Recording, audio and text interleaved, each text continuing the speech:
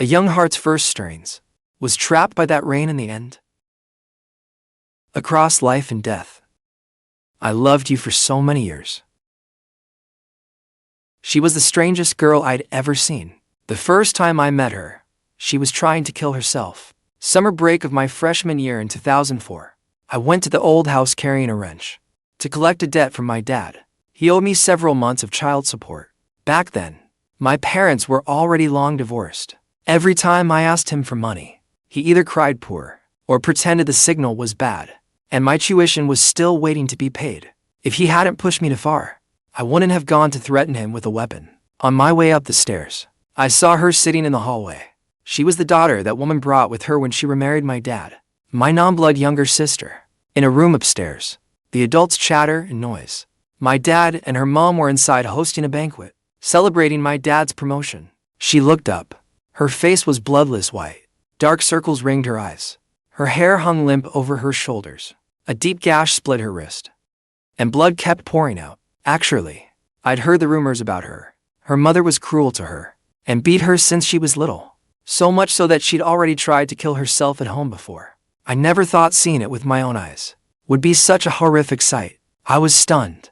I was just about to call for help when she stopped me. "If you dare stick your nose in my business, I'll carve you up too." She weakly raised the small knife in her hand and warned me. I froze and instinctively lifted the wrench, and we ended up facing off like that. "Don't let the adults know." Seeing my weapon raised, her tone softened. "I'll get beaten. You're still afraid of a beating after all this? I'll never understand how girls think." I went downstairs stiffly, but in the end, I steeled myself and ran back, and, grimacing, helped her up.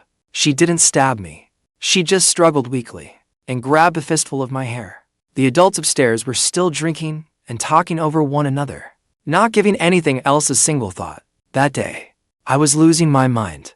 I still hadn't gotten the money. So how had I ended up with a life on my hands first?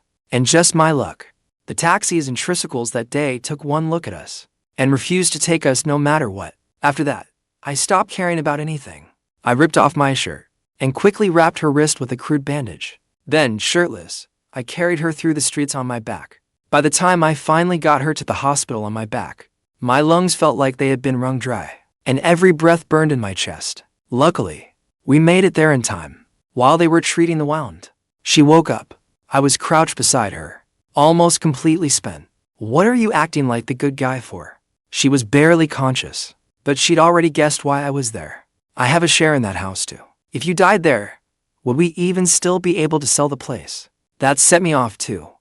"Hey, I saved your life. Could you show a little respect?" I muttered.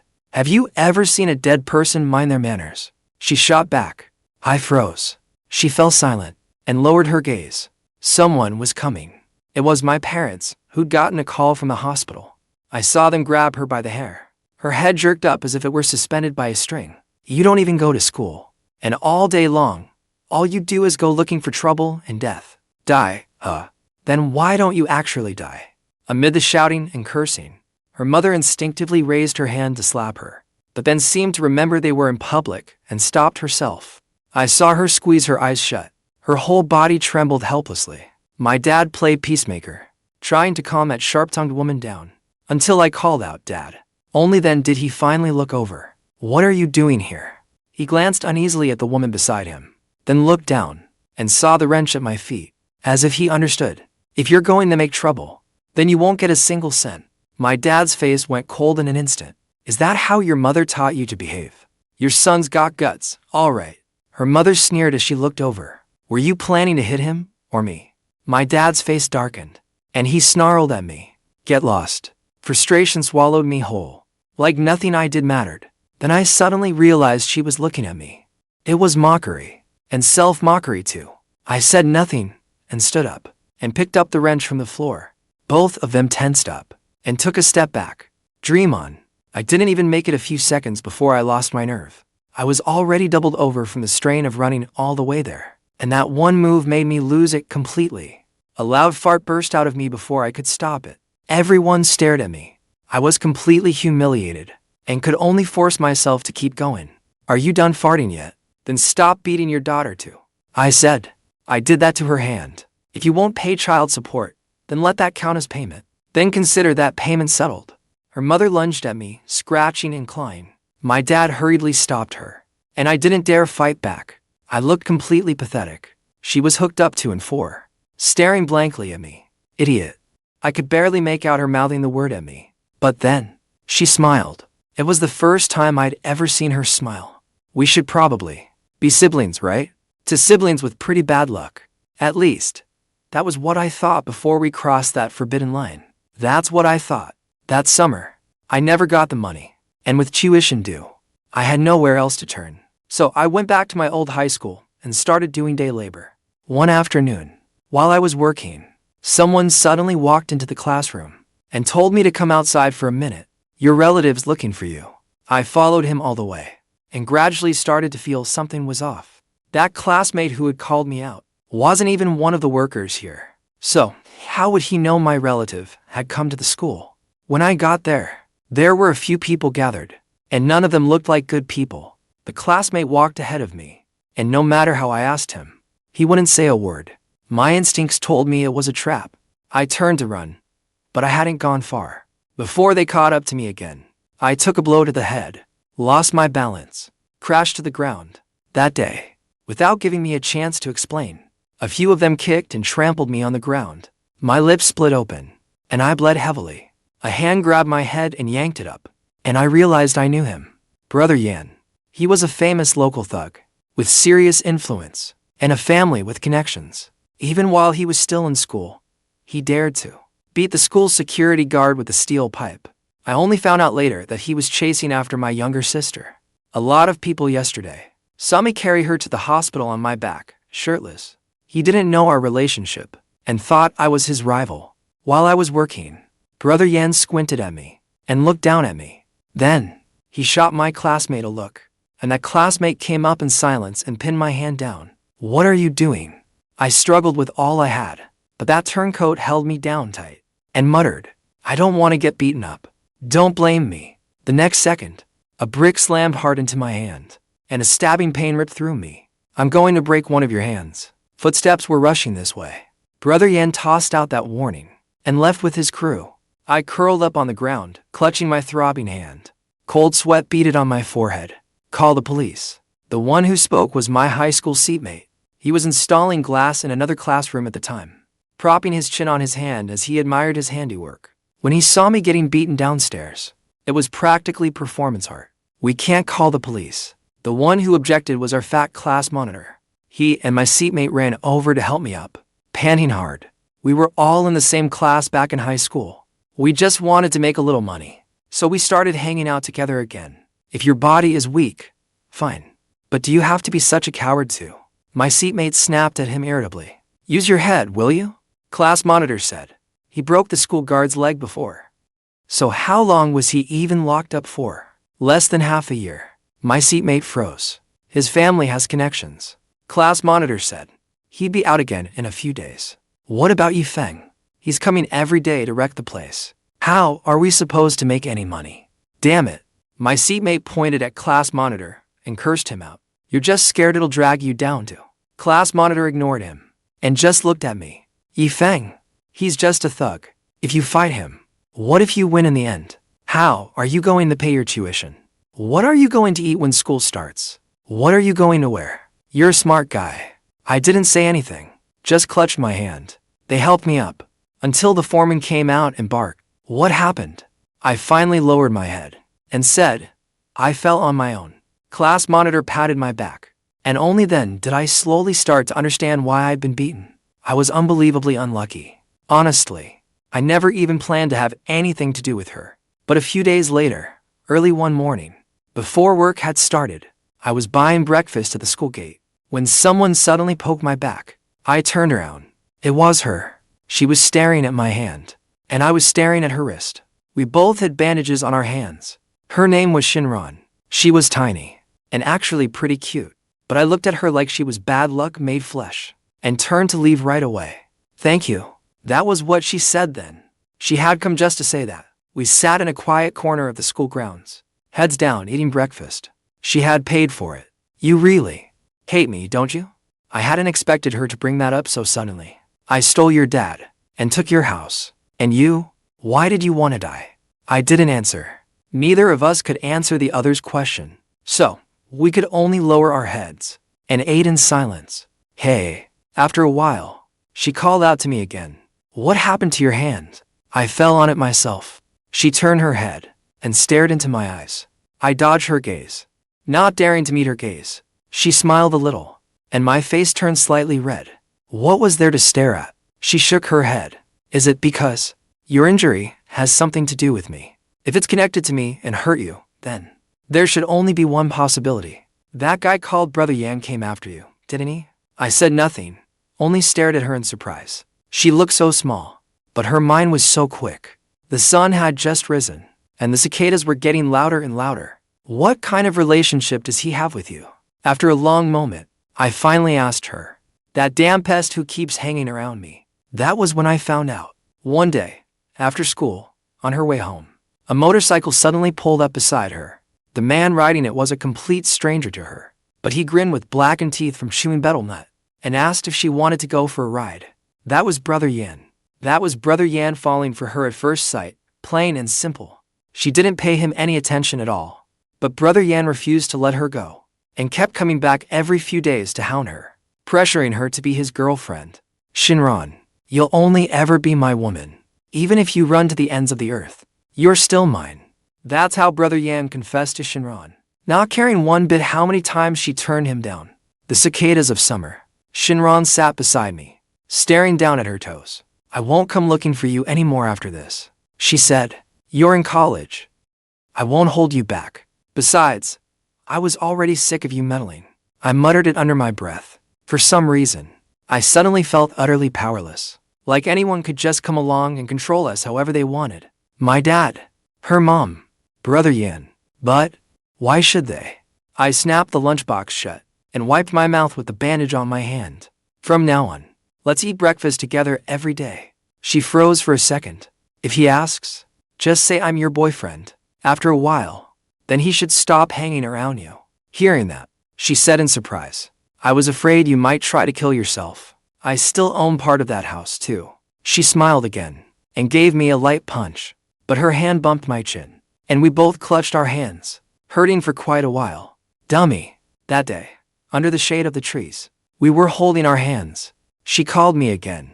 Do you want to get revenge on them? Who? My mom. Your dad.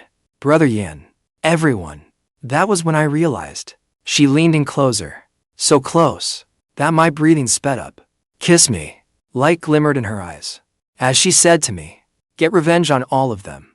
The cicadas were clamoring all around us, and sunlight slipped through the leaves onto her face, and I was stunned all over again. I instinctively recoiled and nearly fell off the chair. She laughed softly. I was teasing you. I was still completely dazed and couldn't get a damn word out. I didn't know if it was just my imagination, but she always smelled nice, like the scent of milk. But I was too embarrassed to ask her about it. After that, we met every morning. Sometimes, she would talk about her life. She said my dad treated her well, but that was only because he was after her mom's money. Fake stays fake forever. Her mom treated her like a trash can.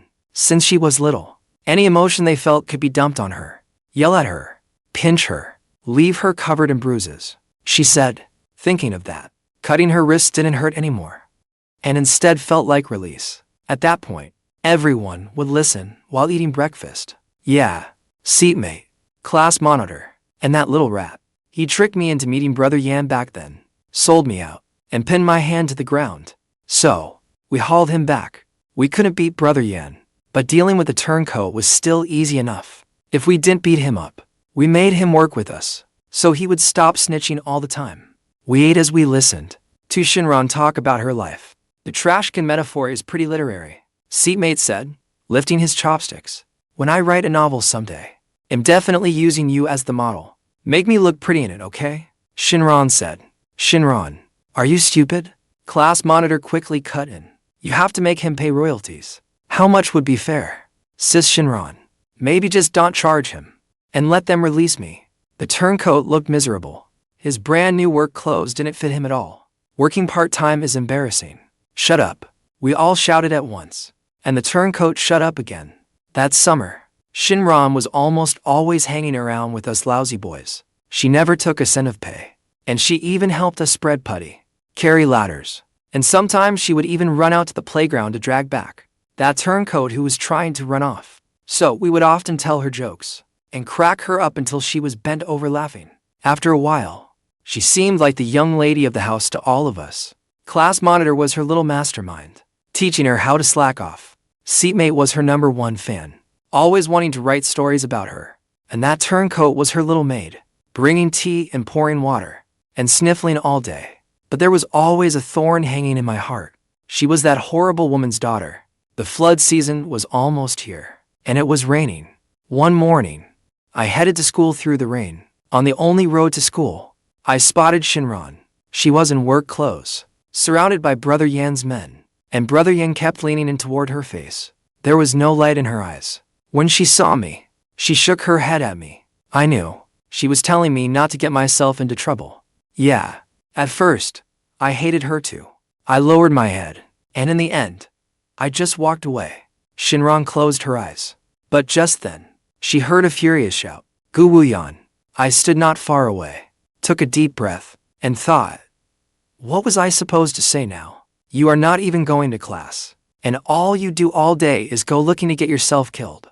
I deliberately made a ridiculous fool of myself, and shouted curses at Brother Yan. Die. Then actually die. Xinran could not hold it in, and let out a little laugh. She looked at me, and started cursing Brother Yan too. Gu Wuyan, is that how your mother taught you to act? Brother Yan looked between her and me in disbelief. He would never understand that. It was a silent understanding between us that no one else knew about. Isn't that your future brother-in-law?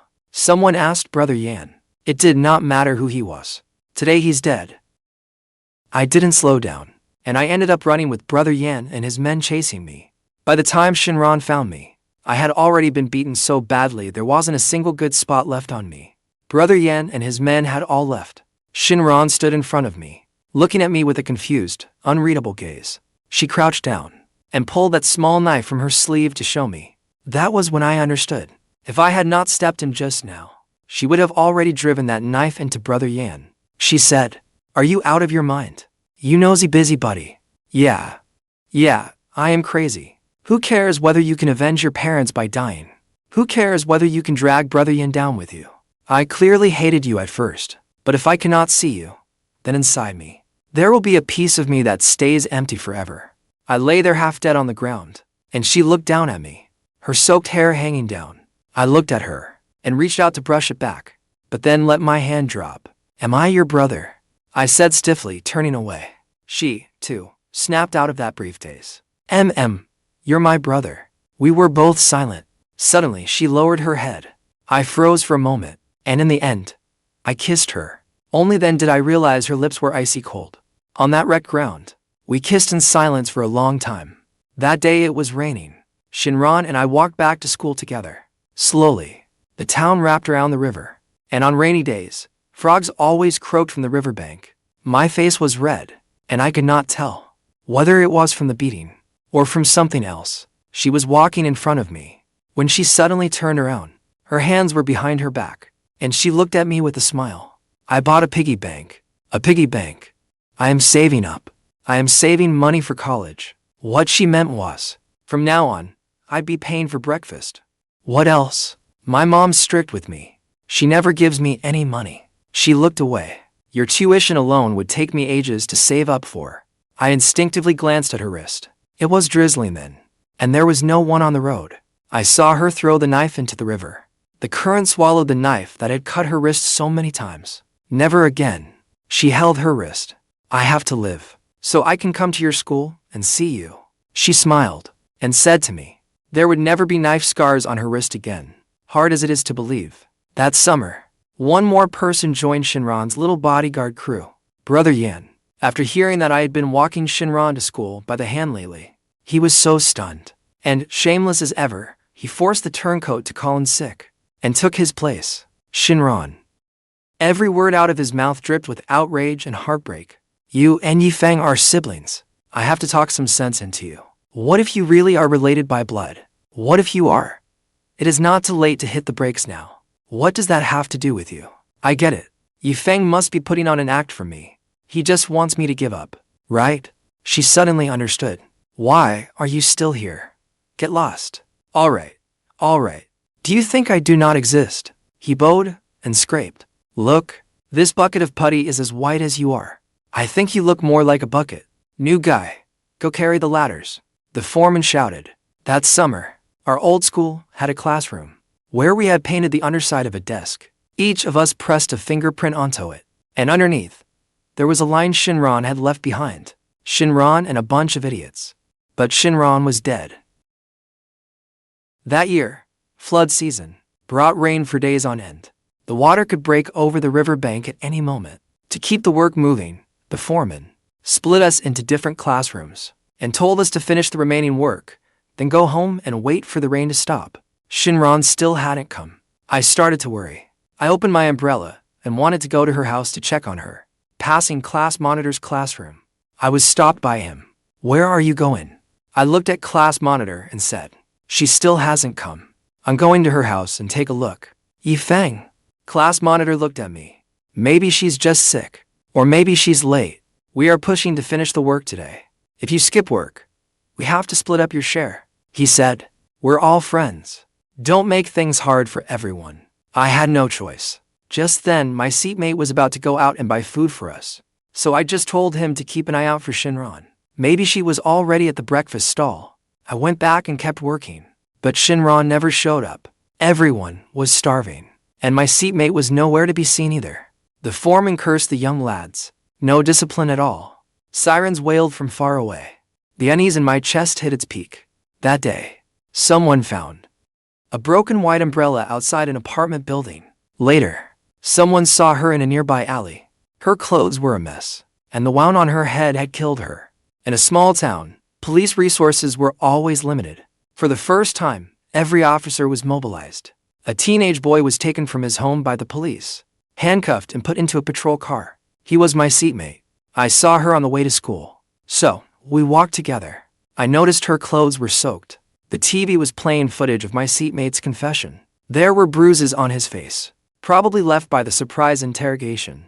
She was so beautiful. So I figured I'd mess with her a little. I lured her there. While she was not paying attention, I hit her in the back of the head, and she went down. I saw blood pouring from her head. She did not look so good anymore, and I did not want to keep going. But I saw her fingers were still moving. I thought if she talked, it would be trouble. There was nothing to do, so I kept smashing her. After a few more hits, she stopped moving. So I left. I figured nobody had seen it, so there was definitely no problem. Officer, I know I was wrong. I'll never dare do it again. We also want to remind everyone to help prevent juvenile crime. We need to care about the inner growth of young people. This is a shared responsibility between parents and schools. The TV sound drifted in and out of earshot. I stood in the hallway, staring blankly at a step. There had once been a girl sitting there, holding a knife, looking weak and exhausted, telling me not to meddle. There had once been a girl sitting there, and when I helped her up, she yanked my hair. My dad pushed open the door and handed me that piggy bank. It was empty. Why? I stared at my dad in a daze. That was the first time I knocked him to the floor, screaming like a madman. Are you taking her money too? She used it to buy you something. My dad just looked at me coldly and said, it was not until then that I understood. That was why she was late. That rainy morning, she used every penny she had saved to buy me a PHS phone. After summer break ended, she could call me and talk to me and hear my voice. In 2004, he crossed the line into a death wish. A boy named Feng walked through the flooded streets, drinking as he went, with a cold wrench tucked in his hand. But he did not know who to smash with it. When that flood season finally receded, the next time it came round, it was already 12 years later. In 2016, that man named Feng walked the streets, drinking as he went, silent and wordless, on his way to a reunion at his old school. That day was the day his seatmate got out of prison. He was going to kill his seatmate. A few days before the 2016 reunion, when I was working part-time at the supermarket, I got a WeChat message. It was from the class monitor. He had gone to a big city, and we had not seen each other for more than 10 years. Now he was an executive at a company. I never expected him to contact me again. The WeChat message only said this much. Xinran's friends should get together for a reunion. Come back to our classroom. Wednesday at 10 p.m. If you come, I'll let you see Xinran. I stood there in shock for a long time. I called him, but he did not answer. After half a day, he finally sent another message. The person who killed Xinran will be there too. Flood season was approaching. The students were all on break, but one classroom in the school still had its lights on. I did not know how the class monitor had managed to smooth things over with the school, but then, he was doing so well for himself that he must have his ways. By then, a few grown men were sitting at the desks. Brother Feng? Still this handsome? The class monitor called out to me. He came over with a grin. I still remembered. He had been Xinran's little schemer. He taught us countless ways to slack off. We had not seen each other for over 10 years, and he had gotten even fatter. Now I was wearing a supermarket uniform, and I had not even shaved. I did not match his description at all. This is Lin Yi, bank manager, only at a branch now. Brother Feng, if you ever need funding, come to me. A guy in sales gave me a polite greeting. I had not expected him to come. Little rat, little rat. And now he was already a bank manager. We used to be afraid he'd snitch on us, so we forced him to work with us before. I instinctively reached out to shake his hand, but he pushed my hand down a little. Then he gave the back of my hand a light pat. It felt like he was reminding me how far apart we were now. I was just feeling awkward when the class monitor tugged me again. He pointed someone out to me. You'd have to shake hands today. He has been talking about you ever since he got here. Following the direction of his hand, I saw a bald man, a man with a shifty gaze. Ever since I arrived, he had been standing there without saying a word. I tightened my grip on the wrench tucked against my chest. But the next second, his lunging body seemed to swell in my vision. I took a punch, and stars exploded across my vision. Just as I was about to pull out the wrench, the class monitor held me down at the same time. You two really do fight every time you meet. You're both almost 30. Can you act your age for once? I tried to break free in a rage, but I froze when I heard the class monitor's words. I looked at the silent man in front of me. Brother Yan. Just call me Yan. He still had that cold expression as he said, "This punch is from Xinran. Why wasn't it you who died?" I lowered my head and softly called Xinran's name. Several desks in the classroom had been pushed together, with lots of food laid out on top, and there was wine too. The class monitor waved everyone over to sit down. Where is seatmate? I asked. The class monitor seemed not to hear me. Nobody had to drive. So tonight, just drink. Brother Yan, your barbecue place is huge now, so you can't refuse a drink, can you? Where is he? I shouted. Everyone turned to look at me. He won't come. Just then, a girl's voice said, and only then did I notice. She was sitting next to the class monitor. She was probably the girlfriend he brought. She had long hair and dark circles under her eyes. Throw the wrench away. He said to let you come, so you could see Xinran.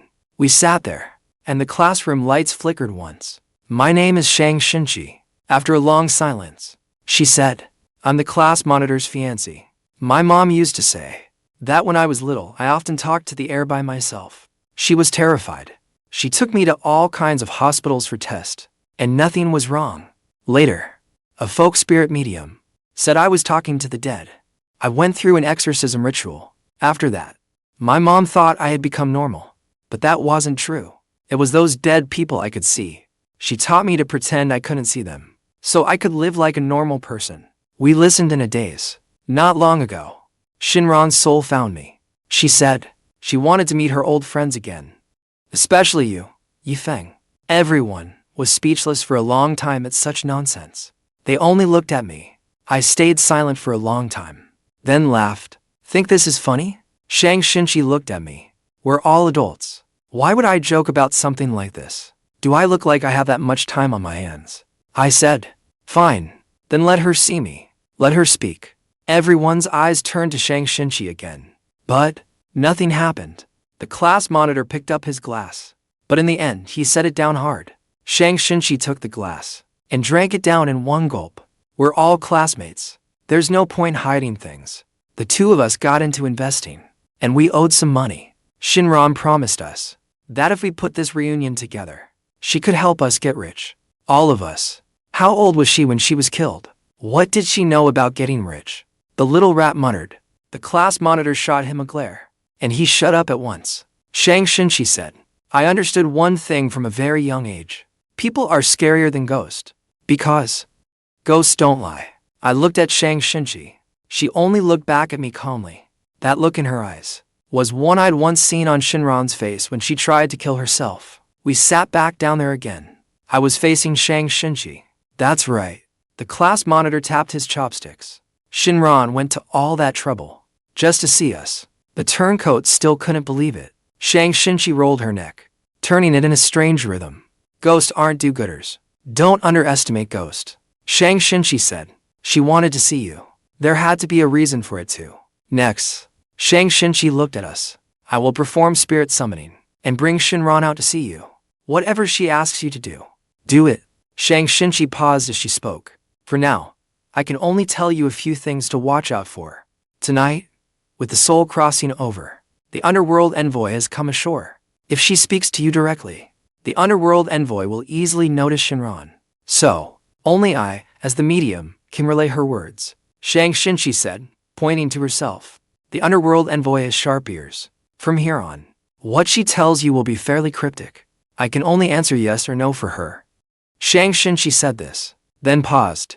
Have you ever played a yes or no mystery game? It'll probably work like that. She lowered her eyes. Put simply, what we do next is question the spirits. So please remember this very carefully. There are 3 forbidden questions when questioning spirits. Do not ask about lifespan. Do not ask about marriage prospects. She went over the rules with us. That was the end of her instructions. Aren't those only 2 questions? What about the 3rd one? The turncoat cut her off. I don't know. There are 3 forbidden questions when questioning spirits. But nobody knows what the 3rd question is. I only know that everyone who asked it died. Shang Xinci said. Whether it was a random murder, or even being executed for a crime, the most plausible death still came at the hands of the spirits. That is the consequence of asking the 3rd question.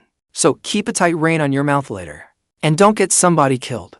Shang Xinci said, glancing at the little rat. Brother Yin popped open a beer with his teeth and drank in silence. What's the point of all this chatter? When do we see her? I saw Shang Xinci smile faintly. A look suddenly lit up in those eyes. She said, now we bite our own fingers. I'll be the last one to bite through the skin of my finger and drip blood into the candlestick. This is a required step in the ritual. It takes the blood of several people who know her to guide her to the rendezvous. Only then did I understand why the class monitor had flat out refused to let me leave. Once the candles were lit, Shang Xinci closed her eyes. She formed the hand sign. A few of the guys followed her gesture and looked at her. We waited a long time. It was so quiet, we could hear the water flowing downstairs. Shang Xinci opened her mouth. She's here. We looked around. There was nothing there. Where? Behind you. Shang Xinci still had her eyes closed. There was no expression on her face at all, as if she were connected to another dimension. Now, you can ask? Let me just say one thing. Is it Xinran? The little rat spoke first. Silence stretched on. Yes, this time. The voice coming from Shang Xinci was flat and lifeless, as if it had lost all vitality. Are you still alive? No. This looks staged to me. The turncoat reached out to touch Shang Xinci, but the class monitor caught his hand. The turncoat yelped in pain. If you don't want to talk, get out. The class monitor glared at him. Swim back if you want. Nobody cares whether you live or die. The turncoat clutched his hand and didn't dare say another word. I sat there watching them. I didn't know what the hell they were trying to do, but to stage this under Xinran's name, I had already reached my limit. Honestly, it would be easy to expose them. There were too many secrets only she and I knew. Xinran. My gaze slipped past Shang Xinci and fixed on the emptiness behind her in the lamplight. In the afternoon of July 2nd, 2004, you were sitting in the hallway. Yes. You were eating something then, right? No. You were listening to music. No. You were attempting suicide. Yes. You had 3 cuts on your wrist. No. 5. Yes. My finger twitched involuntarily. No. Xinran had told us about her life.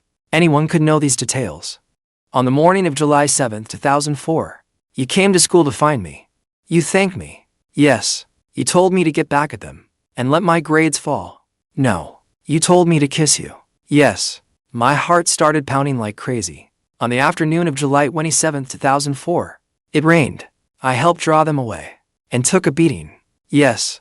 Later, you came up to me. Yes, you thanked me. No, you said I was crazy. Said I was sticking my nose where it didn't belong. Then later, you threw away the knife. You wanted to save up and go to the same university as me. You had to stay alive to see me there. Yes, it felt like my heart had been slammed hard. The scars and the school stuff, I could still explain. But those rainy day details, besides Xinran and me, nobody else in the world knew them. Xinran, you like me. Yes. You hate me. Yes. Because on that morning, I lowered my eyes and couldn't go on. Because on that rainy morning, I didn't go looking for you. Xinci hesitated unexpectedly. Yes, Xinran. You've come back, right? My mind went blank. My lips went numb. I wanted to say something. I stood up. But in the end I only accidentally knocked over a beer bottle. It clanged and shattered all over the floor. The class monitor clapped his hands and slipped back into that slick, practiced act. Brother Feng, I knew inviting you was the right call. She came over and put an arm around my shoulder. Let me tell you, I was afraid we'd end up summoning some lonely wandering ghost too. This stuff, it's easy to invite a spirit in, hard to send it away. I just stared straight at Xinci. I wanted to walk over.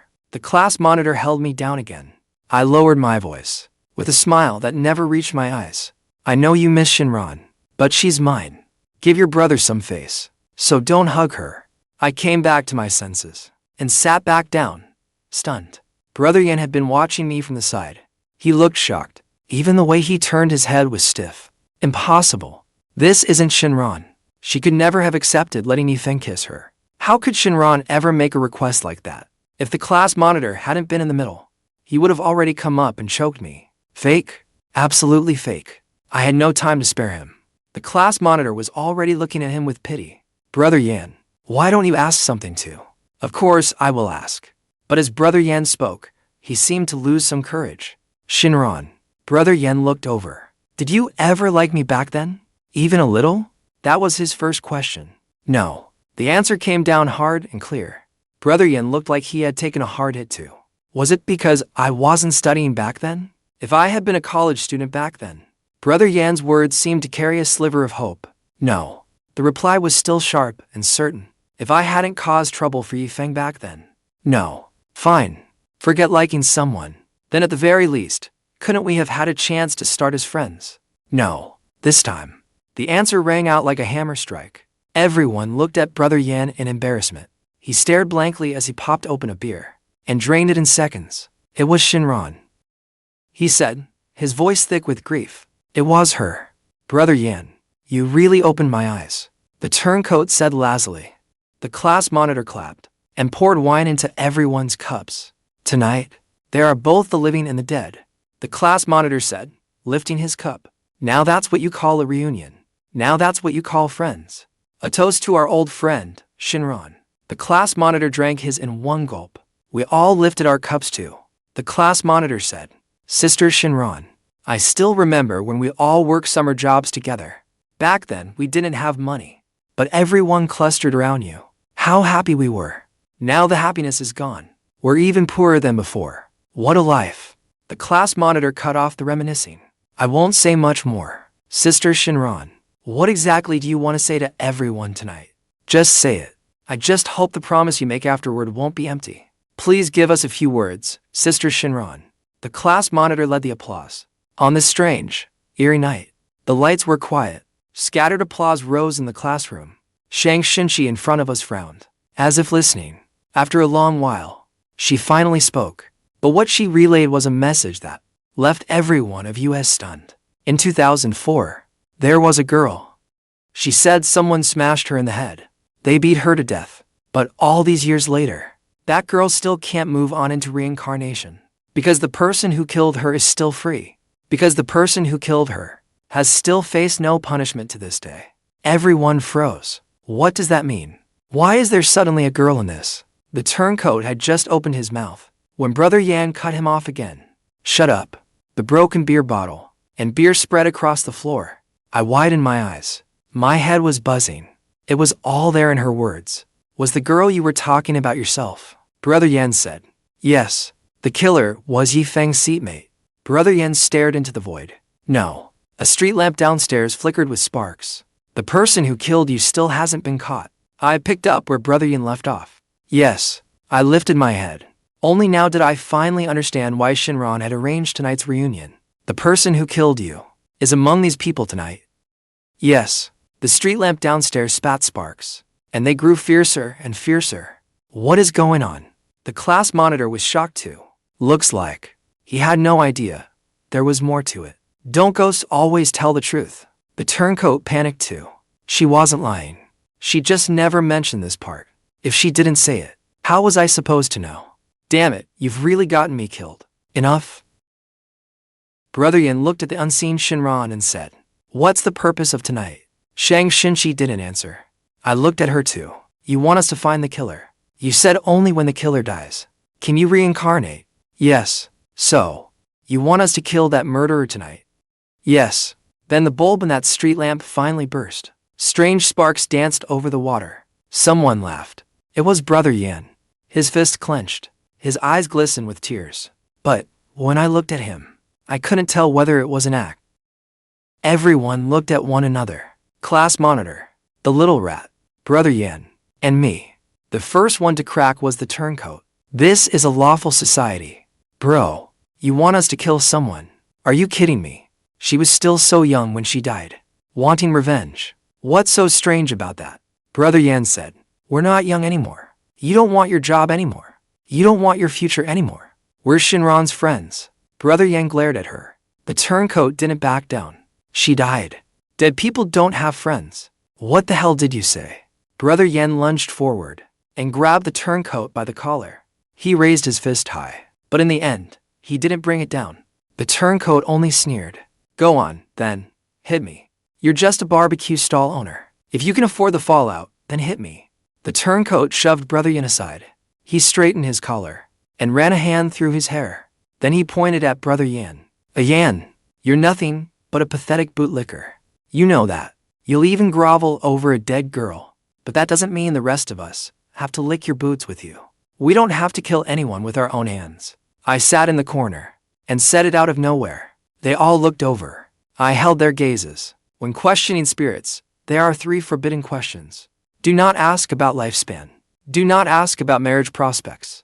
I repeated the warning Shang Xinci had given us. What is the 3rd question? No one knows, but everyone who asked it died. Some died in freak accidents, and some were even executed for crimes. What Xinran wants from us is simple. We just need to find the killer, and force the killer to ask that 3rd question. That way, Xinran herself will kill the murderer. Neither the law nor the police will be able to touch us. Shang Xinci still had her eyes closed, still connected to that other world. In the silence, she said, "Yes, no one knows what the 3rd question is. Then what are we supposed to do?" Ghosts don't lie. The class monitor sat back in his chair, looking a little deflated. If she dared say that, then it meant tonight someone would definitely ask the 3rd question. Shit. At that moment, the class monitor slammed his foot into the table. "Why are you so nervous?" Brother Yin immediately grew suspicious. The class monitor froze. "Or are you afraid of something?" Brother Yin pressed him. "Wait." Seeing us all staring at him, the class monitor panicked. "I'm not scared. I'm worried. If someone dies here, we won't be able to escape being dragged into this. I'm already buried in debt. If you dump another mess on me, how am I supposed to clean it up? Do you think I can clean it all up? Besides, if I were the killer, would I be so sick of living that I'd set this whole thing up myself? Use your head for once, will you? I was only watching from the sidelines. Turncoat, don't look at me. Now you know how to keep your mouth shut. Weren't you always the loudest one, running your mouth and tipping people off?" The class monitor got desperate. He even blurted out the turncoat's nickname. He dragged out the other man's dirty history. That seemed to drag up some memories for the turncoat. He forced down his anger and gave a cold laugh. "I don't have anything to say. Funerals cost money too. If anyone needs me, come find me while I'm still alive. But, class monitor, nobody's taking care of you. If there really is a funeral, you'll have to raise the money yourself." The little rat looked at him with obvious contempt. "Fuck." The class monitor, furious, smashed the bottle and was about to charge over and beat him. But when he saw that Brother Yin, then I had no intention of stopping him. He awkwardly froze in place. In the end, he only pointed at the little rat and sat back down. I tapped the table lightly with my fingers. Xinran never liked making things hard for other people, I said, and they looked over. What she wants us to do must be simple. I lifted my head, meeting each of their eyes one by one, studying them closely. We'll ask them one by one. Ask each person whether they're the killer. If they're the killer, she'll answer yes. If they're not the killer, she'll deny it. After one round, we'd know exactly who to kill. Yeah, after all these years, I'd never been this excited. I could finally kill that murderer with my own hands. In those pairs of eyes, there was hesitation, suspicion, and certainty. But just then, sorry, Shang Xinci's voice suddenly came through. I turned my head in a daze. The underworld envoy has come ashore. The dead have to keep their distance. She shook her head, and her voice had gone back to normal, as if the connection had already been cut. The underworld envoy is close to the school. She has to hide. From now on, you can't say her name, and she can't answer your questions. I stared at her blankly, and sank back into the chair. We were so close. When will she come back? She will come back. Shang Xinci only said that. Brother Yan was smoking in the hallway, staring at the water below. I walked over and reached into my pocket for the flask. Only then did I realize I'd been soaked in the rain on the way here, and my pockets were soaked through. Even my mobile phone wouldn't turn on. Brother Yan handed me a cigarette. I never learned to smoke. I shook my head. Good student. He laughed. Was he the killer? I couldn't tell. But would a real killer ever ask such pathetic questions? We stood against the railing. He smoked. I drank.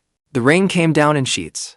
The flood water kept rising higher and higher, and I didn't know whether the so-called underworld envoy really was, as the legend said, carrying a skinny, tall paper umbrella and walking right over the water. Back then, I was young and stupid. Brother Yan said, "I'm sorry." I stood there, a fresh bruise blooming on my face, and was at a loss for words. It's in the past. I paused. How did you? I still didn't know how to say it. Brother Yan knew what I wanted to say. My parents got the boot. He spent a fortune and still couldn't keep his position. In the end, the money was gone too. The people who ran with me all scattered. Some went back to school. Some went to work. As for that little rat Linyi, he used to run with me, because our parents worked in the same unit. Later, his parents got promoted, and now he's doing a hell of a lot better than I am, while I'm stuck running a barbecue stall. I guess I was the lucky one. Times were different. In 2004, everything was a mess.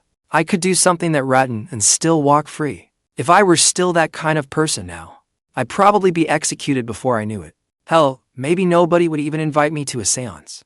He didn't even bother with the usual polite invite to stop by the shop sometime.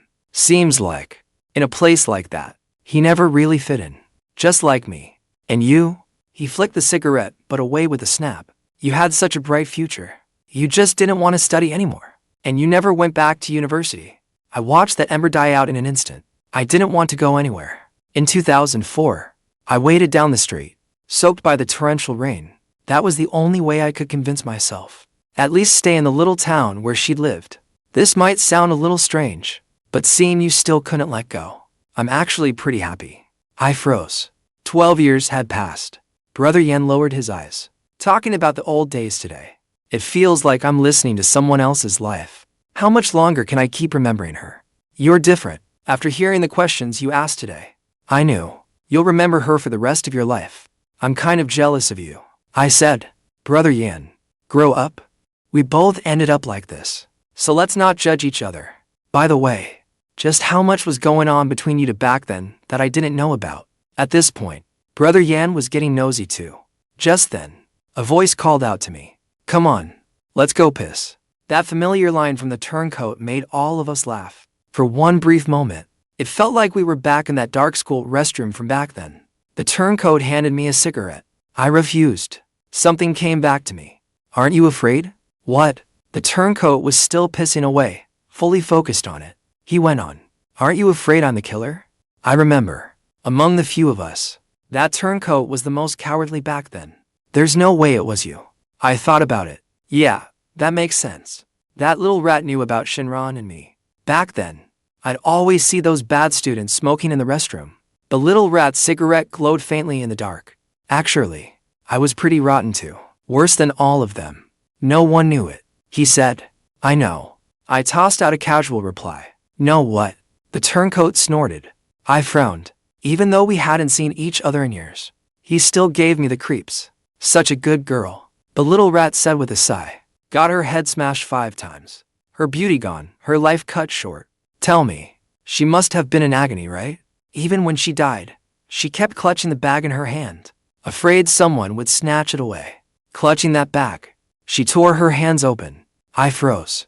I turned slowly to look at him. In the dark, the tip of her cigarette glowed on and off. Nobody on TV ever mentioned it was 5 blows, because my parents worked for the public security department. That's what he said. The bag? I kept pressing him. Inside that bag was the PHS phone she had bought. He recalled. She left you a text message too, didn't she? What was it again? That PHS phone wasn't returned until the case was finally solved. Even then, the police never gave it back to her parents. I asked around about it, and the answer I got was always that no such piece of evidence existed. How did you know about the text message? I slowly held out my hand. The cigarette butt burned straight into the back of my hand. Feng. He rolled the cigarette between his fingers. My parents worked for the public security department, which means they helped me find a scapegoat, you know. I think I got addicted to killing during flood season, because once the water came up, the scene, and all the evidence got washed away. All I had to do was force your seatmate to memorize my confession. My nerves started twitching uncontrollably. In an instant, I grabbed his collar, but he was still smiling. Make a bigger scene, and call those to over. You'll never get the chance to find out what I did. I was so furious I felt like I could split open, but all I could do was watch him. I'll tell you why, he said. Because I'm jealous of you. Good grades, and everybody liked you. That day, when Brother Yan went to beat you up, I thought I was finally going to kill you. But in the end, you still ended up with a woman that beautiful. Was she blind? You'd already been beaten up. So, why was she still with you? Actually, she had a thing for me. Every time I talked to her, she would smile at me. If that wasn't her coming on to me, then why was she hinting at me while still being with you? Ha, that bitch. You all thought she was smart, but she was actually so stupid. That day she went to the old school to find you, and on the way I told her, something happened to you. I said Brother Yan had taken you away, and that Brother Yan was going to beat you to death. The second she heard that, she ran after me. Tell me, wasn't she stupid? It was hilarious. When we got there, I smashed the back of her head, dragged her into an alley, and when she was dying, she wasn't even pretty anymore. In the end, I had to beat her to death.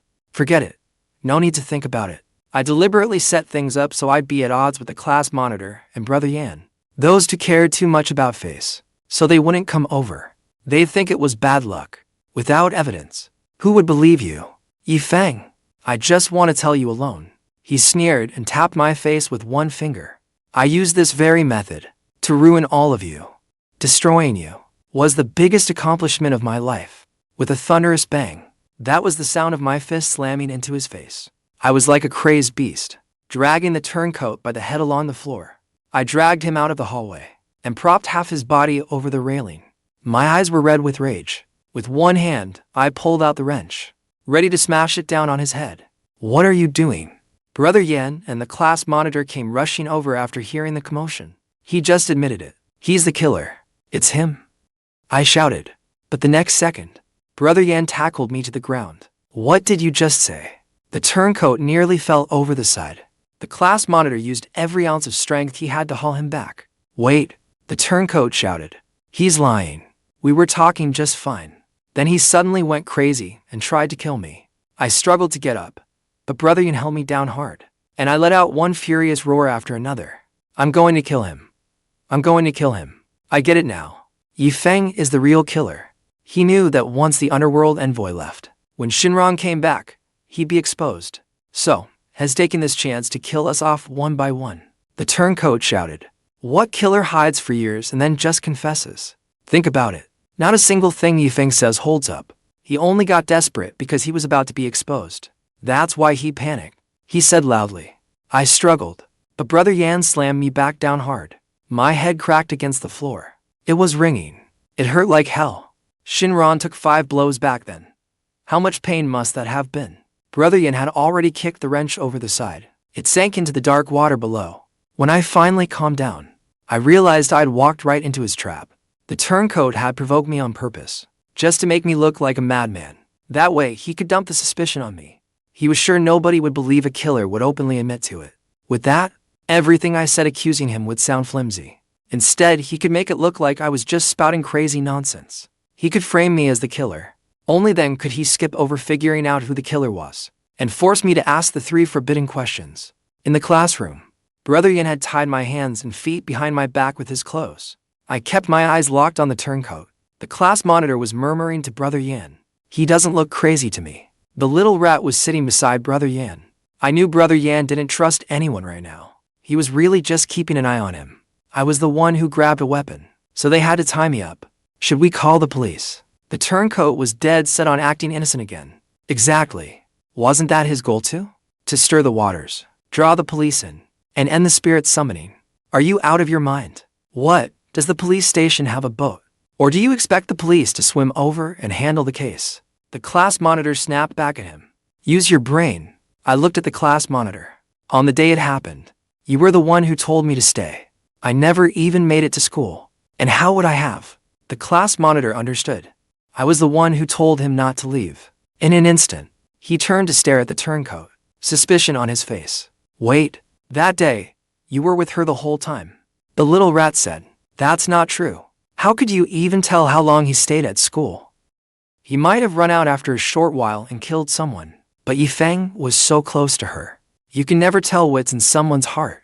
I've seen plenty of criminals, and some of them have twisted tastes. They get off on hurting other people."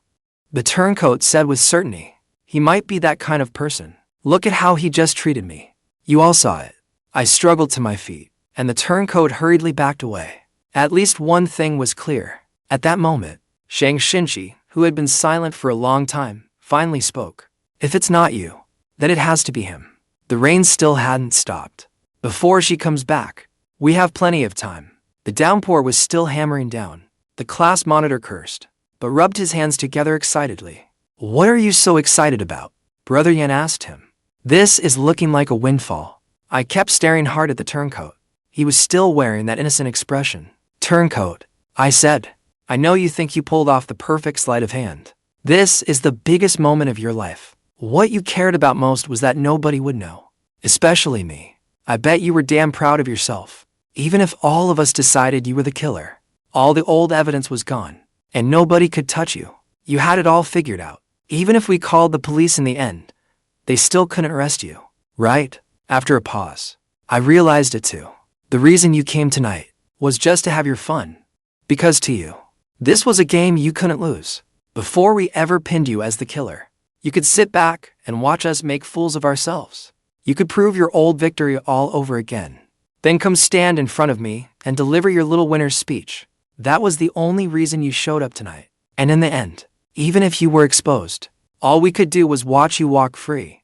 Because a supermarket cashier, a barbecue stall owner, a corporate executive buried in debt, they were already a bunch of losers. They couldn't do a damn thing. What a perfect plan. So from the very beginning of this plan, he had already beaten every one of us. He only dared to play games he couldn't lose. Is that so? I let out a short laugh. You've always been a coward through and through. What are you talking about? The turncoat opened those innocent-looking eyes. But when he heard me mocking him, his expression flickered for just a second. The more you make things up, the more suspicious you seem. Feng. He held himself back. But little rat, you are not guaranteed to win. I looked at him. Because you didn't account for one thing. The seance was real. She has been watching you, killer. And I'm sitting right here. I already know what the third forbidden question is. I don't care what others think of me, or how the law judges me. I don't care. Tonight, she and I are going to make you die. The turncoat's breathing caught. Yeah, how could I forget? He can set me up. Of course, I can set him up too. There are no ghosts in this world. Shang Xinci snapped back, annoyed. I'm listening. I went on. That's right. How could someone like you believe in ghosts? Otherwise, in the bathroom, you wouldn't have told me the truth. I said, little rat, I should thank you for being so honest. It let me see straight through you. You think you're special. You think the world spins around you. But back then, reality was chewing you up. You had no grades, no friends. You were Brother Yan's lackey. People barely even saw you as his lackey. They ordered you around like you were cattle. You must have cried plenty of nights. buried under your blanket, hating us for stealing your life. You hated that the class monitor knew a little bit of everything and stole the brain you thought should have been yours. You hated that my seatmate could write and draw and stole the talent you thought should have been yours. You couldn't understand why I got bullied and still had her liking me. Every random glance she gave, even the smallest gesture, you took as a sign meant for you. You hated me. Sure, I must have used some filthy trick to steal her away. But I'm telling you, we never stole a thing from you. Without us, you would still be nothing but mud. Without us, you were only ever fit to be somebody else's lackey. You were only ever good for following behind and taking whatever scraps were left. Without us, there still would have been no trace of you in her eyes. Because you're trash. So now you're feeling smug. Now you can stand tall. But it doesn't matter anymore. When people remember you, all they remember is you being called Little Rat back then. And that back then you weren't worth a damn. The turncoat shot to his feet. The class monitor and Brother Yan were both holding him back. Turncoat, I shouted. And from now on I won't do anything except tell everyone that you're a turncoat. You can have your mom and dad arrest me. And once I get out, they'll keep spreading it everywhere. Unless you kill us. Otherwise, in everyone else's eyes, you'll always be the turncoat. That name will stick to you for life. You're full of shit. Everything you said is bullshit you made up. Then why, in the bathroom, did you press a cigarette butt into the back of my hand? I just laughed. The turncoat froze instantly. Brother Yan reacted first. He rushed over and looked at my hand. The burn scar was still there. Fresh, Brother Yan said. And everyone turned to look at the turncoat. Cold sweat broke out on his forehead. His body started trembling. He understood it too. I was setting him up. I was forcing him to confess. Otherwise, I'd have to admit those ugly things from his past that he never wanted to own up to. It was real. What's going on? He's gone crazy. Lin, he said, trembling. He burned himself. He drinks, but he doesn't smoke. He snatched it from me. He burned himself. Brother Yan took a closer look at my hand. Then he turned his suspicious gaze back on the turncoat. If you burned yourself, the wound should be angled. It would have a slight curve. This one is vertical. Only when you're burning someone else. Only then would it be vertical. Ironically, this way of burning someone, the turncoat was copying Brother Yan's method from back then. The man surnamed Yi had already decided to frame me from the start. Of course he'd burn me on purpose like that. The turncoat had clearly lost his nerve. I said with a cold laugh. Damn right, I planned from the start to frame you. From the very start. Yeah. Did anyone see the turncoat smoking in the classroom today? The little rat froze for a second. We haven't been in touch for years. We never even added each other on WeChat. I don't even know whether you smoke. I said. So, you think I planned from the start to snatch your cigarette butt and frame you with it? Turncoat, you've slipped up. The turncoat staggered back a few steps. His footing was visibly unsteady. I think I need an explanation. Brother Yan looked at him and said. That was the choice I gave him. Either admit how low he was back then, and lose the face he'd only just managed to put behind him, or end this game that had made a fool of him by confessing. The turncoat slumped back into his chair. I was jealous of him. Jealous that he used to be better than me. But you're better than him now. I knew Brother Yan's doubt was like a knife in the turncoat's chest. Because I can't forget. I've always hated that he used to be better than me. Satisfied now? So, what he said. Brother Yan stared at us in disbelief. I wasn't willing to accept it. Why did everyone follow you? Why could she fall for him? How did all of you end up friends in the end? The turncoat's eyes turned red. I just wanted to use the fact that I was ahead of you to keep you down. But I didn't kill anyone. I only burned him with a cigarette butt and humiliated him. So he got enraged and wanted to kill me. That's the nature of anyone surnamed Yi. Little rat. I swayed on my feet, leaning against the wall. I looked at him coldly and said, from start to finish, your story has kept changing. 1 minute I supposedly went crazy. 1 minute you say you provoked me. 1 minute I burned myself. From start to finish, none of it ever added up. Another burst of sparks flashed downstairs. A motor winding down echoed through the school building. Darkness fell. The whole town lost power. None of that mattered anymore. Only a candle flickered in the classroom. Because you just admitted one thing yourself. I said, looking at the turncoat. It's called motive. Among all of us, only you had a motive to kill back then. Little rat, I lied to you. What I gave you was really a single choice question. The turncoat swayed. He nearly fell to the floor. The class monitor still looked completely disbelieving. Wait, shouldn't we sort this out first? No need. That's when Shang Xinci spoke up. She's back. Shang Xinci closed her eyes. Her tone lost all life again. Connecting to that world is easy. Brother Yan grabbed the turncoat by the shoulders, really pinning him down. Ask one round and you'll know everything. Whoever it is, ask the third forbidden question yourself. Is the killer me? I looked past Shang Xinci's back. No. Is the killer the little rat, Lin Yi? A piercing scream came from the turncoat's side. I turned back in shock. The turncoat broke free from Brother Yan. He was clutching a shard of broken bottle. Brother Yan looked down. There was a gash across his stomach. Blood was pouring out. So, when the turncoat pretended to stumble, he was really grabbing that. Yes. In the darkness, Shang Xinci showed no expression. It felt like unseen karmic punishment. But the little rat had already lunged at Shang Xinci.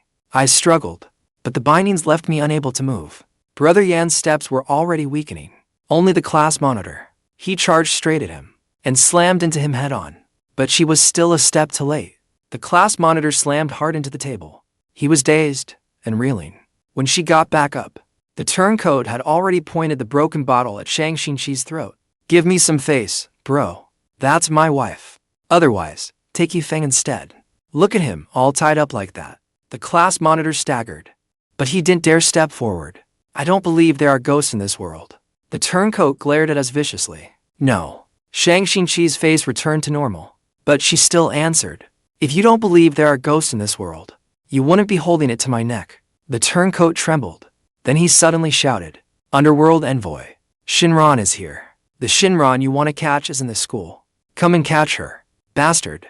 A thunderclap exploded across the sky. Outside the window, the wind and rain roared like a storm. The turncoat looked at us and gave a miserable grin. So, what if you know now? What can you do to me? The evidence was washed away long ago. Everyone in the bureaucracy is on my side. What are you going to use to turn this around? The gale blasted the window open. Rainwater surged into the classroom. Aren't you afraid of ghosts and gods? Shang Xinci said. Darkness tangled with the candle flame. Shang Xinci looked like a judge from hell. I already shouted Xinran's name. The turncoat gave a bitter smile. I used a brick to beat her to death, and now I still got an underworld envoy to take her down. I came here tonight to tell you I was going to ruin you and keep you under my heel forever. But no one was paying attention to what he was saying anymore. The rushing rain extinguished the only candle. The faint red light at Shang Xinci's chest beat steadily like the heart of a demon from hell. Everyone understood. Shang Xinci had hidden a recording device there. So, when she asked that final question, she looked like a judge. The little rat lowered his head and froze. You are messing with me again. You are messing with me again. He immediately yanked hard at the thing on Shang Xinci's chest. Shang Xinci clutched it tightly to protect it. The class monitor looked furious enough to split apart. Seeing the class monitor and Brother Yan both closing in, the turncoat clearly panicked. The broken bottle dug into Shang Xinci's skin. Blood seeped out. In the end, Shang Xinci was forced to stand up. The turncoat held her hostage and dragged her outside. Where is that PHS phone? I said, staring at his retreating back. That rainy morning. Where is the PHS phone she was going to give me? He ignored me. What was the text message she sent me? I was almost begging him. No need to ask. The turncoat gave a small laugh. After tonight, I'll make sure you all go to prison. The turncoat dragged Shang Xinci out of the classroom at knife point. The class monitor shouted, Wife? And stumbled after them. Brother Yan untied the clothes binding me up. Then he collapsed against the wall. He clutched his lower abdomen with his shirt. The blood still kept coming out. If I'd known, I wouldn't have tied you so tight. Because of blood loss. Brother Yan's face had gone pale. He sounded weak and drained. I got up and went after them. I know. There's one more thing I need to do at tonight's gathering. I pulled a flask from my pocket and unscrewed it. Then I poured it over Brother Yan's wound. Brother Yan's brows snapped together at once. Come back alive. Brother Yan looked at me weakly and said, Go back to our youth. That really didn't sound like something he would say to me. I grabbed a case of an open beer and ran out after them. Feng, you damn well better come back alive. Behind me, Brother Yan shouted himself hoarse. A rainy summer morning in 2004, a girl named Xinran held an umbrella, hugging a PHS phone she had bought to her chest. Inside was the text message she had already written. She was walking to the school to find me. On a rainy morning in 2004, my seatmate came to the school gate, but never once saw her appear. He only heard from the woman at the breakfast stall that she had hurried off after someone down the road. The downpour came crashing down. It was as if countless monsters were hiding in the rain, or as if a thin, tall underworld envoy were racing across the water. The only unlocked classroom was ours. By the time we got down to the second floor, we saw the turncoat's silhouette.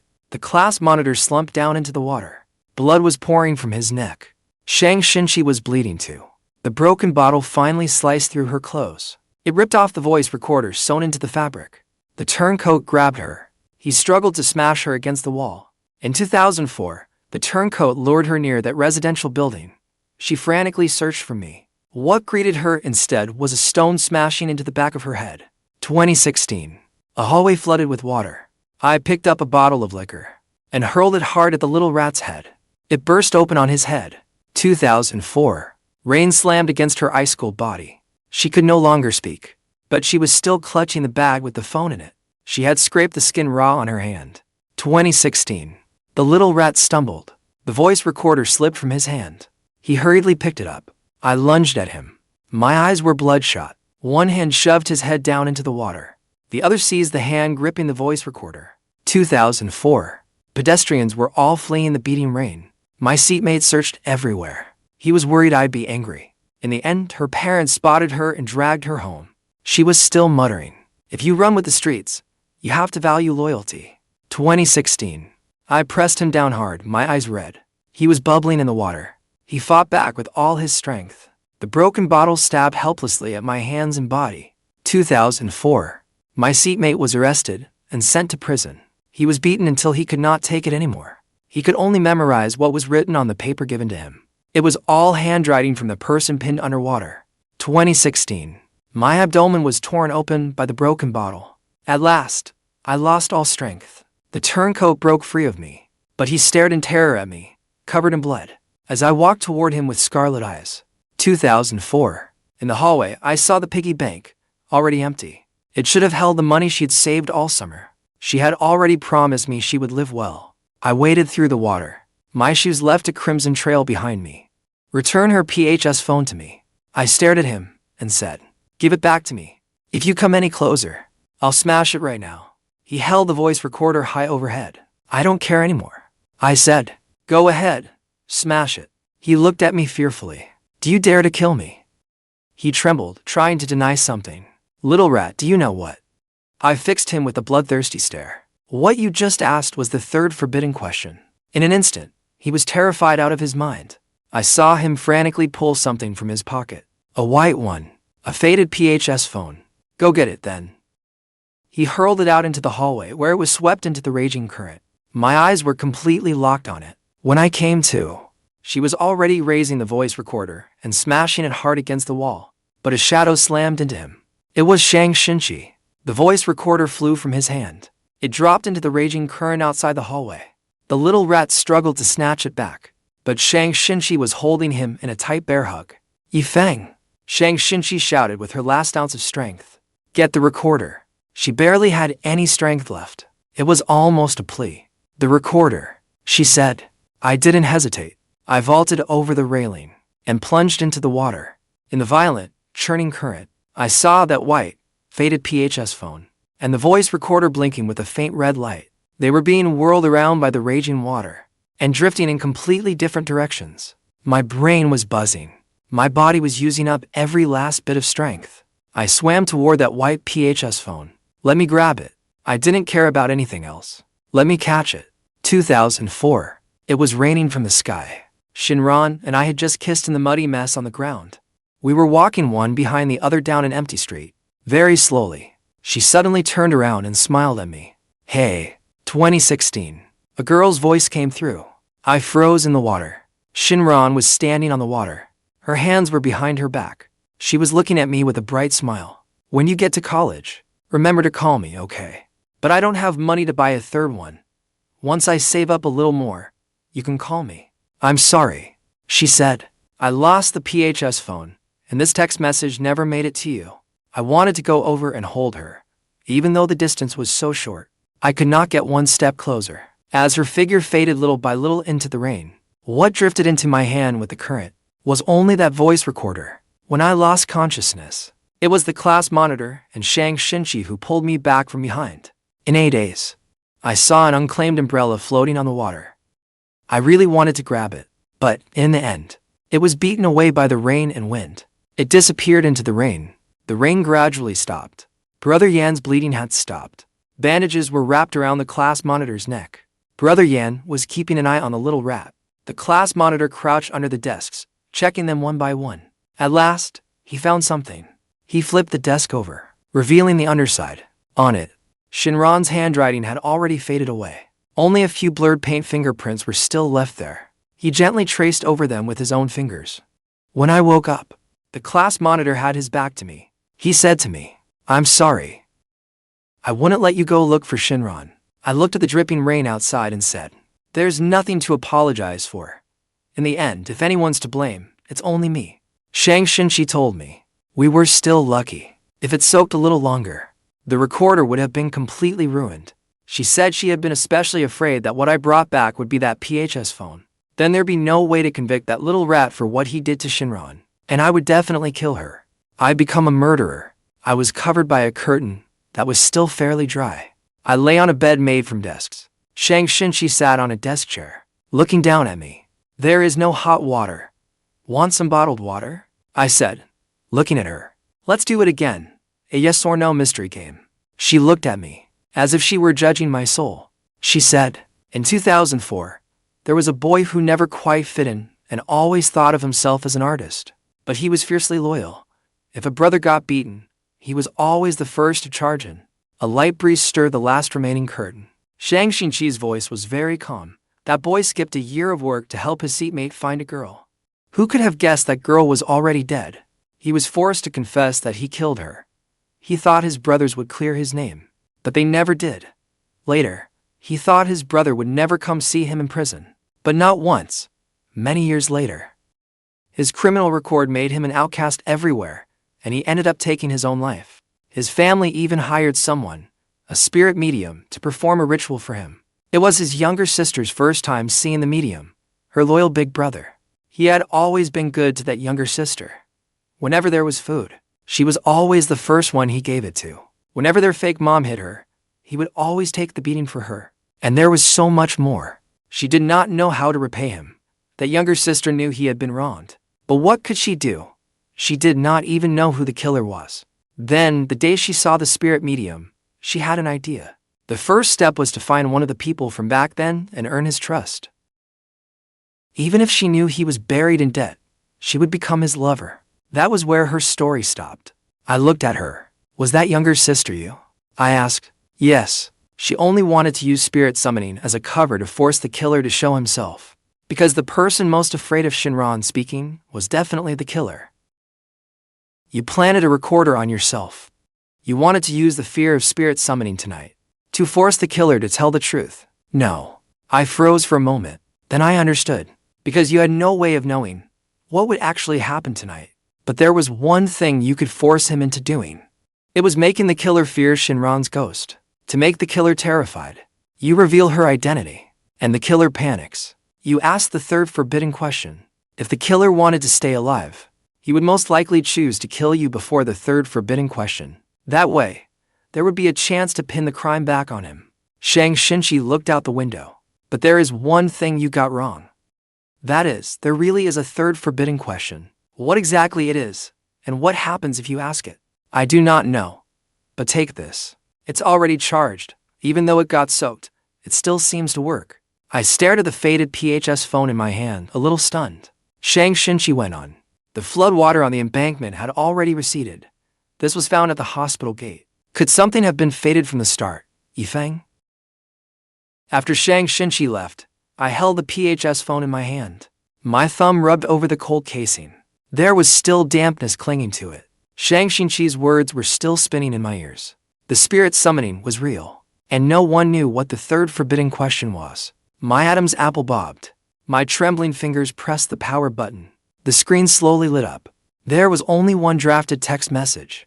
It lay alone in the drafts folder. No sender. No recipient. There were not many words in the message, but every word pierced straight into my heart. It was Xinran's familiar, soft handwriting. Feng, once I save up enough money, I will go to your school and find you. We will go to class together, eat breakfast together, and never be apart again. Oh, and remember to put ointment on your hand when it hurts. Do not keep stubbornly forcing it like an idiot. My vision blurred at once. Scenes from my reunion with Xinran during the spirit summoning flashed through my mind, one after another. She stood in the shifting light and shadow, smiling brightly, looking exactly like the way she had punched me under the shade of the trees 3 years ago. I lost control and typed on the keyboard. Under that text message, I typed out one sentence. My voice was so hoarse it was barely recognizable. Can we meet again? The moment I finished typing it, the classroom lights suddenly started flashing wildly. The wind outside howled and rushed in. The desks and chairs screamed with a harsh scraping sound. Everything around me began to distort, spin. As the world spun out of control, I only felt a wave of dizziness. In my ears, it sounded like the rain from flood season in 2004 had returned, along with the constant racket of cicadas. When I opened my eyes again, I was standing at the gate of my old school. The rain was not heavy, just a light, drizzling patter. The air was thick with the smell of wet earth. I shook my head hard. The dizziness had not yet faded. I looked down. I was wearing the blue work uniform from my part-time job that year. On my hands, there were no later burns, no knife scars, and my skin still looked like it did when I was a boy. I was not wearing the clothes from 2016. My body was clearly the body I had in 2004. I stood frozen in place. Completely stunned, I looked around at the familiar school gate. The plane trees by the roadside. Students in uniform were walking past. Everything was exactly the same as in 2004. But in my head, there were still 12 years of memories, crystal clear. Memories of Xinran's death. Memories of Lin Yi's cruelty. Memories of all the regret we had carried. I lifted a hand and touched my cheek. The warmth felt too real to be a dream. Water splashed up from the puddles beneath my feet, soaking the hems of my pants. The icy wetness snapped me back to myself a little. Just then, I caught sight of someone under a plane tree not far away. A round little figure was standing there, head lowered, both hands in his hair, his face blank as he looked around. It was the class monitor. I hesitated, then walked over. My steps were light, afraid this might all be an illusion. The class monitor seemed to notice movement. He jerked his head up. The moment he saw me, the confusion on his face deepened. His eyes were full of doubt and disbelief. His lips moved, but for a long moment, no words came out. He only stared at me, fixed and hard. We just looked at each other like that. Neither of us spoke, but, in his eyes, I saw the same thing I was feeling. Not the innocence that belonged to our age, but the dazed emptiness left by 12 years of hardship, and a hint of careful probing. After quite a while, the class monitor finally spoke. His voice was trembling slightly. His tone was uncertain. Feng, were you just in that hospital too? How did I suddenly end up here? My throat tightened. I nodded hard. My voice was hoarse. It was me. I don't know what happened either. In the blink of an eye, I was back here. I did not say it outright, that we had time traveled with our memories intact, but that was enough for us to understand each other without saying more. The class monitor's eyes went red at once. He hurried over and slapped my shoulder. It was a heavy blow, filled with the relief of surviving disaster. I thought I was the only one. What just happened was not a dream, right? Xinran, he did not finish, because hurried footsteps from not far away cut him off. We all turned at the same time. Brother Yan was dragging seatmate along with him, striding quickly toward us. Brother Yan still looked exactly as he had back then, wild and untamed. His hair was a mess, but, in his eyes, there was none of that reckless heat anymore. Instead, there was more confusion and urgency. As for the seatmate he was dragging along, his face was full of confusion. He kept struggling, still muttering, "Brother Yan, what are you doing to me? I need to go find Xinran. Feng told me to keep an eye on her. I have to check the breakfast stall." Brother Yan ran up to us, let go of seatmate, and panted hard. His gaze swept back and forth between me and the class monitor. The probing look in his eyes was impossible to miss. "You too? Do you remember everything too?" The class monitor and I nodded at the same time. Brother Yan let out a long breath. A complicated expression crossed his face. Relief, anger, and a trace of lingering fear. Good. So I was not the only one who gone crazy. I suddenly appeared here just now. My head was full of everything that had just happened. And that beast, Lin Yi. My first instinct was to find you two. Then I ran into this kid by chance. He was still exactly the same as back then. Dead set on going to find Xinran. Seatmate frowned, staring at the three of us, completely baffled. What are you even talking about? What do you mean, 2016? What, Lin Yi? Brother Yan, you are acting weird today. Yi Feng, class monitor, you two are weird too. What is wrong with you all? It was obvious. Seatmate had not brought back any memories from time travel. He was still the same as he had been in 2004. He only remembered what was happening now. He remembered me telling him to keep an eye on Xinran. The three of us exchanged a look. None of us explained. This was not the time to explain. There was no point saying more. The priority now was to find Xinran and stop the tragedy from happening. The class monitor patted Seatmate on the shoulder. His tone was urgent. Do not ask so many questions. Come with us. We are going to find Xinran too. If we are any later, it will be too late. Though Seatmate was confused, he could see how urgent we were, so he did not ask any more. He nodded. Then he followed us toward town.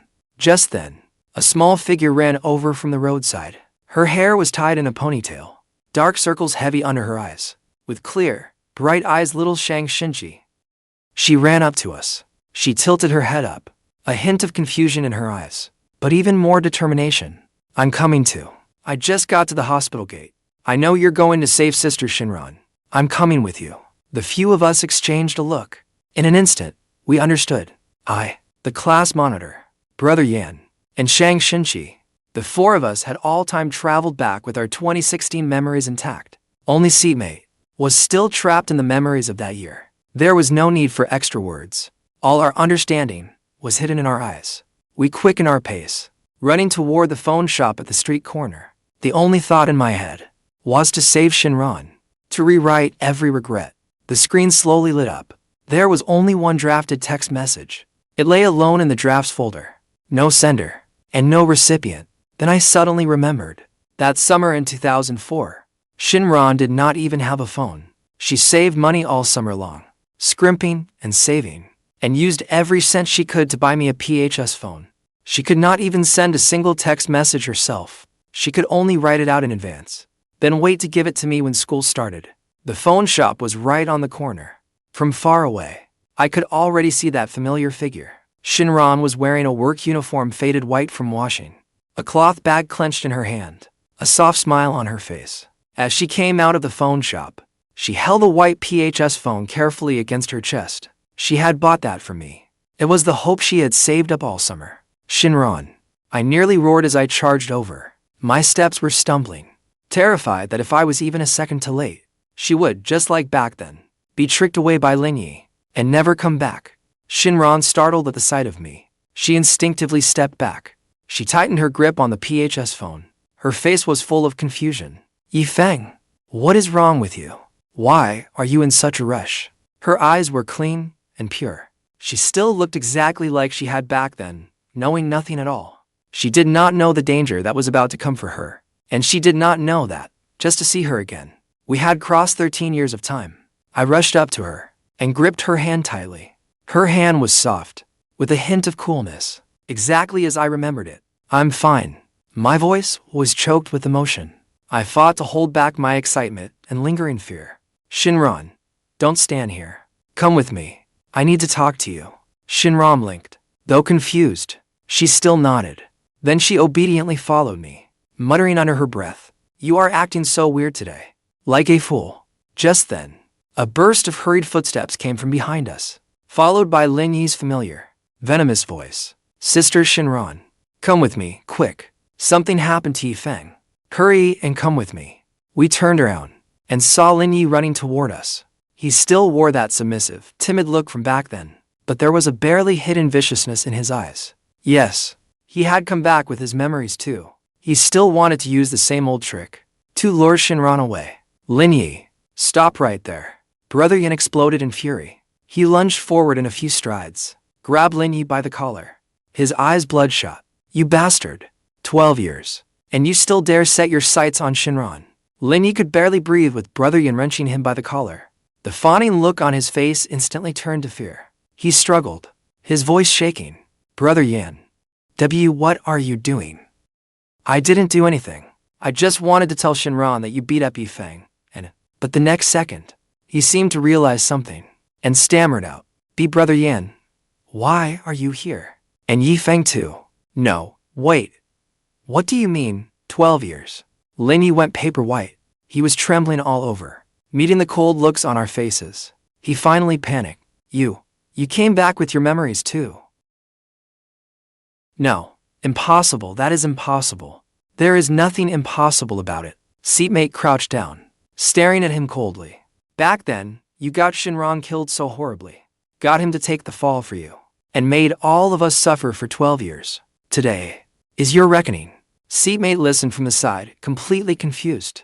But he stayed quiet and did not interrupt as Brother Yang grew angrier and angrier. His fist slammed into Lin Yi again and again, as he roared, Don't you like hitting people? Don't you like watching other people suffer? Today, I'll let you taste what it feels like to be beaten half to death. He hit hard, every punch carrying 12 years of hatred.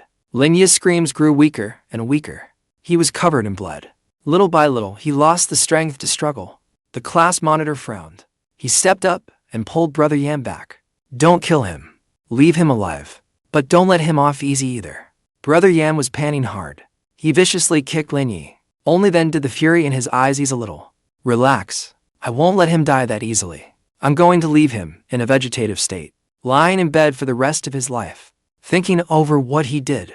Later, Brother Yan called his family. In 2004, Brother Yan's family was still powerful enough to dominate a whole region. Not long after, someone came to handle the matter. They gave Lin Yi's family a sum of money and buried the whole thing. Lin Yi was ultimately left in a vegetative state, never again able to hurt anyone. This time, we finally got justice for Xinran. Just when we thought everything had finally settled down, everything around us began to twist again. The rain and the chirping of cicadas slowly faded away. The scrape of desks and chairs sounded again. The scene before our eyes flashed. The few of us were back in 2016 again. But we were not back in the hospital. We were back in that classroom. The lights were still flickering. Broken beer bottle shards were still on the floor. The air still carried the stench of blood. Everything was exactly the same as before we time traveled. The only difference was that Shang Xinci was sitting beside my slightly plump seatmate. And where Lin Yi had been sitting before, there was now a familiar figure. It was Xinran. She was wearing the same white dress from back then. Her soft hair fell over her shoulders. The pallor and fragility of those days were gone from her face. Her eyes were bright and clear. A faint smile curved her lips. She was quietly looking at me, just like back then under the shade of the trees. The way she had looked at me, I froze in place. My whole body went rigid. I could not believe my own eyes. Tears surged up at once. My throat tightened. I could not say a single word. Brother Yan, the class monitor, and seatmate were stunned too. Their eyes were full of shock and wild joy. But no one dared to speak. Everyone was afraid this might only be a dream. Xinran slowly stood up. Step by step, she came to me. She reached out, gently touching my cheek. The touch of her fingertips was warm and soft. It was nothing like the coldness from back then. Feng. Her voice was soft, with a trace of a smile. I know everything now. For 12 years. You had it hard, didn't you? I could not hold it in anymore. I pulled her tightly into my arms. Holding her so tightly it felt like I was trying to press her into my own bones and blood. Terrified that if I let go, she would disappear again. Xinran, I'm sorry. My voice was choked with tears. Tears soaked her hair. I'm sorry. I didn't protect you back then. I let you suffer so much. I made you wait for me for 12 years. Xinran gently patted my back and said softly, It's not your fault. Feng, I know you did not do it on purpose. And I also know, over these 12 years, you never once forgot me. Shang Xinci told me everything. In that timeline, you all went to such lengths to save me, doing so much for me. You even took the risk of asking the third forbidden question. You crossed time and went back to the past. I thought I would never see you again. I held her tightly. My voice was shaking. I thought, for the rest of my life, I would only live with regret, only able to think of you through memories. Xinran pushed me away, reached out, and gently wiped the tears from my face. Her smile was so tender it seemed to drip with warmth. Idiot. Didn't I come back? And we will never be apart again. Look, Brother Yan, class monitor, seatmate, and little Xinci, we are all together. Just like back then. I turned to look at Brother Yan and the others. Brother Yan scratched his head, a rare smile appearing on his face. The class monitor's eyes were red, but he nodded hard. Seatmate was smiling too, his eyes full of relief. Shang Xinci stood to one side, a faint smile on her lips, watching us quietly. Like a guardian, Xinran took my hand and led me to the desk where we had pressed our fingerprints years ago. On the underside of the desk, the words Xinran had written back then had somehow become clear again. Xinran and a bunch of idiots, she said with a smile. Look, our marks never really disappeared. I tightened my grip on her hand. Her warmth flowed into my fingertips. The regret and pain in my heart, in that moment, all turned into warmth and relief. 12 years of waiting, 12 years of regret, 12 years of obsession, finally, in this moment, found their home. Later, after talking with Shang Xinci, we finally understood everything. So the third question in the spirit summoning ritual was exactly, can the living and the dead ever meet? People said that anyone who asked the third forbidden question would be killed. But in truth, anyone who asked it would be dragged into a time rift, sent back to a point in the past, and trapped in an endless loop.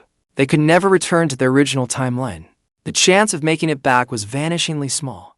Back then, in the hospital, after the spirit summoning, Shang Xinci had come by just to keep me company and talk to me, afraid I would drown in regret. She did not dare tell me the truth. At that time, Xinran's soul had only used her eyes to steal a few more secret glances at me. No one had expected that the line I had typed by pure accident back then, "Can we still see each other again?" had happened to trigger the third forbidden question. Thankfully, we not only made it back successfully, we also managed to save Xinran and erase all the regrets of the past. Feng. Xinran lifted her head and looked at me. Her gaze was serious. From now on, we'll never be apart again. I'll stay with you, go to class with you, eat breakfast with you, and finish the promise we never got to keep back then. Okay. I nodded hard. My eyes were bloodshot, but I said with a smile, okay, I will listen to you. From now on, I will never let you suffer even the slightest wrong. I will never let you leave my side again. Xinran smiled, her eyes curved with that smile. Just like that year, under the shade of the trees. When she first smiled at me, the light spilled gently over her face. It drove away every shadow and every ounce of pain. 12 years of violence and danger. 12 years of longing that had become a sickness. Finally, in this moment, turned into a sweet warmth. It lingered all around us. Brother Yan picked up the beer on the table and poured a few full glasses. He said with a smile, "Come on, brothers, a toast to Xinran, a toast to us, a toast to finally being together again, a toast to never having regrets again." We raised our glasses and touched them together gently. In the bitterness of the beer's bitterness was laced with plenty of sweetness and relief. The rain outside had already stopped. Moonlight poured through the window and lit up everything in the classroom. It also lit our faces as we looked at one another. I looked at my beloved beside me, at the friends in front of me, and suddenly felt that all the waiting and suffering had been worth it. The regrets of those years, the remorse of those years, the obsession of those years, finally, in this moment, came to a perfect ending. So it turned out that crossing time and crossing life and death, as long as there is love in your heart, as long as you never give up, we will eventually meet again, and this time, we will never be apart again. The end.